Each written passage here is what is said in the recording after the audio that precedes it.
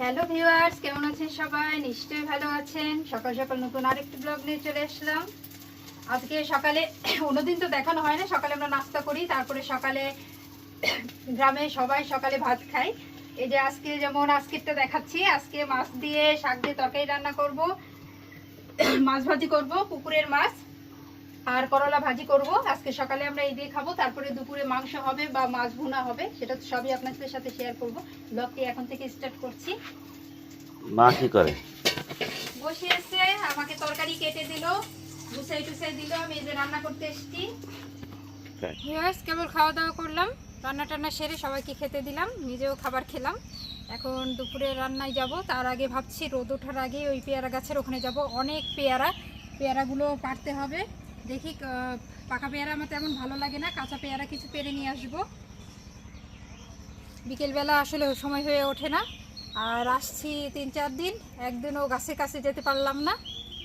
তো আজকে পেয়ারাগুলো পেরে নিয়ে আসি। পেয়ারা গাছের কাছে এসছি, কিন্তু আসলে ওই পাশে যেতে পারছি না।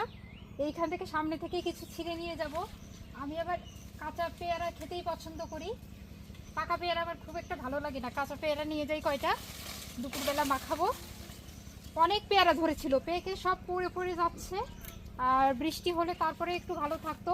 ওই যে দেখুন, একদম পেকে একদম হলুদ হয়ে গেছে। ওই পাশে আজকে যাবো না, বাসায় যাই, কয়টা পেয়ারা পেরে নিয়ে যাই, সবাই মিলে খেতে পারবো। এই যে গাছ থেকে কেবল আমটা ছিললাম, পুরো পাকায়। এই আমগুলো আসলে সবুজ রঙেরই হয়, কিন্তু একদম নরম হয়ে যায় ভেতর দিক দিয়ে, পুরো পেকে গেছে এগুলো। উপরে হলুদ হয় না, সবুজই, কিন্তু একদম পাকা।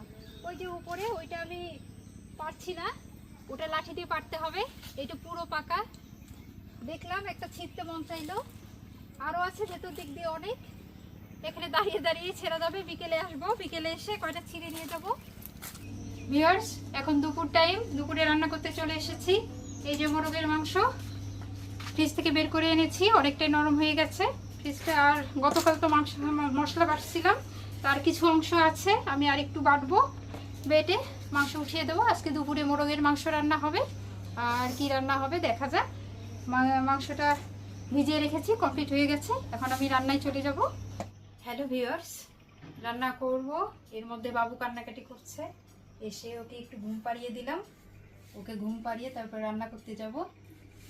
এই ঘরে আমরা থাকতাম, এখন এসে এই ঘরেই থাকি। সে বিয়ের পর থেকে এই ঘরেই আমরা থাকতাম, যেখানে যেরকম যা সেখানে তাই আছে। আসলে যখন বাড়ি আসি তখন আসলে বয়স হয়ে গেছে, সব কিছু গুছিয়ে রাখতে তো পারি না, যেভাবে যেখানে যা আছে এভাবেই থাকে। ওনারা ওই ঘরে থাকে, আমরা এই ঘরে থাকি। ওপরেও তালা আসছে, সিঁড়ি দিয়ে উপরে উঠতে হয়। কয়েকটা পাতা তুলে নিয়ে যাচ্ছি দারচিনির। এই দারচিনির গাছের ছালের যেমন সেন্ট, এই দারচিনির পাতাগুলোরও ঠিক একই রকম সেন্ট, খুব সুন্দর। আর এই পাশ দিয়ে হেঁটে যাওয়ার সময় পুরো দারচিনির একটা সেন্ট বের হয়। আর যখন ফুল আসে তখন তো আরও সুন্দর গন্ধ হয়। এখন ফুল নেই, আর গাছটা সেরকম বড় হয়নি, কারণ এখানে ছায়া পড়েছে। এই পাশে লিচুর গাছ, এই পাশে এটা কি মেহগনির গাছ না, তারপরে বাতাবি লেবুর গাছ আছে এই পাশে একটা। এই জন্য প্রচুর ছায়া, এই ছায়ার কারণে গাছটা তেমন বড় হতে পারেনি। তারপরে যেটুকু হয়েছে ভালো হয়েছে, আর বৃষ্টি হলে আরেকটু সুন্দর হবে। আর এই পাশে আমার লাগানো কিছু গাছ আছে, ফুলের গাছ, এগুলো অনেক দিন আগে লাগিয়েছিলাম, এখনো ফুল ধরেছে। হ্যাঁ, ফুল ধরেছে। আর এই পাশে আছে লেবুর গাছ, লেবুগুলো সব পড়ে পড়ে যাচ্ছে, পুরো হয়ে গেছে, সব জলে পড়ে যাচ্ছে। যাওয়ার সময় কিছু নিয়ে যাবো গাছে, ঠিক আছে। জয়কে বলবো কিছু লেবু পারতে, না আমরা না থাকলে তো সব জলেই পড়ে যাবে। আসলে লেবু খাওয়ার মানুষ নেই, সব জলে পড়ে নষ্ট হয়ে যাচ্ছে। কিছু নিয়ে যাব যাওয়ার সময়। মা কি করো? বাবা এই যে মাংস উঠিয়ে দিয়েছে, কিসের মাংস? মোরগের মাংস। ওয়াও, আমার তো মোরগের মাংস খুব ভালো লাগে। অনেক সুন্দর বাবা, একদম দেশি মোরগ, দাদা গ্রামে খুঁজে খুঁজে নিয়ে এসেছে না, গ্রাম থেকে। আর এখানে প্রচন্ড গরম বাবা, তুমি ওদিকে যে ভাইকে ভাইয়ের সাথে খেলা করো, আমি এদিকে রান্না করি। ওকে মা, তুমি রান্না করো, খুবই খিদে পেয়েছে। কিন্তু রান্না করবে না, আমি আঙ্গুল চেটে চেটে খাবো। মা আরো কি কি রান্না করবে? রান্না হয়ে গেছে বাবা, মাছ ভুনা করেছি, কালকে মাছ উঠালো না জয় দাদা, ওরা পুকুর থেকে, ভিউয়ার্স পুকুর থেকে মাছ উঠিয়েছিল, সেগুলো ভুনা করলাম। তারপর করলা ভাজি, এই কাঁকরোল ভাজি আছেই, আর মাংস রান্না করব। মাছ আজকে দুপুরের মেনু হবে মাংস, আর কালকে মাছ তুললাম, রুই মাছ ভুনা করেছি। এখন আমার মাংসটা রান্না করলেই কমপ্লিট।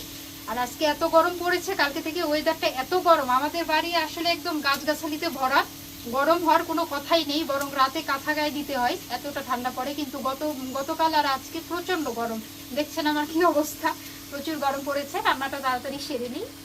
রান্না শেষ করলাম, রান্না শেষ করে দুই ভাই বোনকে খেতে দিয়েছি। হঠাৎ করে কারেন্ট চলে গেছে, ভেতরে বসতে চাচ্ছে না, বলছে যে মামি বাহিরেই দেন, বাহিরে তুলে দিয়েছি, ওরা খাওয়া দাওয়া করুক, বাহিরে একটু হালকা বাতাস। আর আজকে প্রচণ্ড গরম পড়েছে, ফ্যান ছাড়া ঘরে টেকাই যাচ্ছে না, ওয়েদারটা এতটা গরম, সম্ভবত 40-এর উপরে মনে হয়, সম্ভবত গরম ইয়ে হয়ে গেছে। কোনটা লাগবে তোমার? ঐশীমণি, মাংস কেমন হয়েছে? খুব সুন্দর। আজকে চুলায় মোরগের মাংস রান্না করেছিলাম, খুব সুন্দর হয়েছে, ঝাল লবণ ঠিক আছে।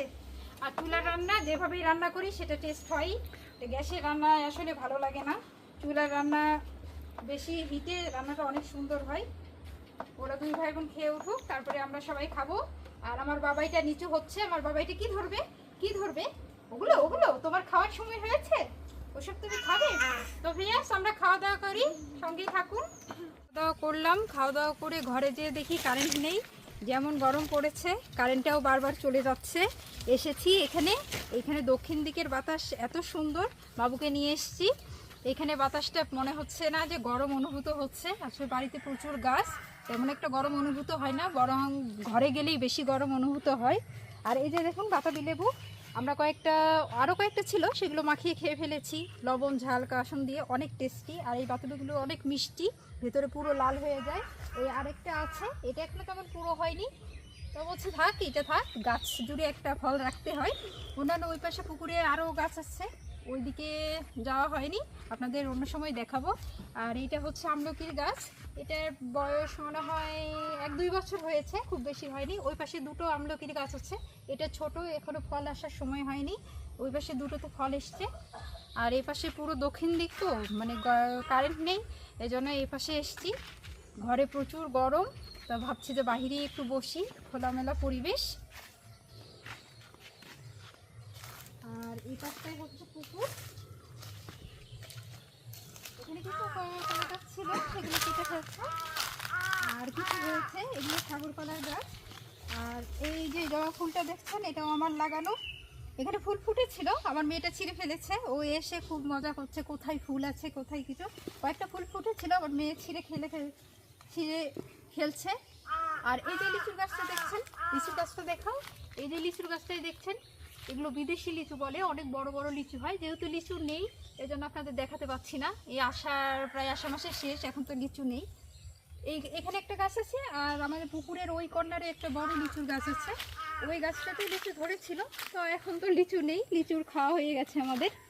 আর ওই কর্নারের দিকে একটা তাল গাছ আছে, কালকে তাল পেরেছিলাম, আপনাদের তো বললাম, ওই কর্নার থেকে কয়েকটা তালে ক্যান পাড়া হয়েছিল।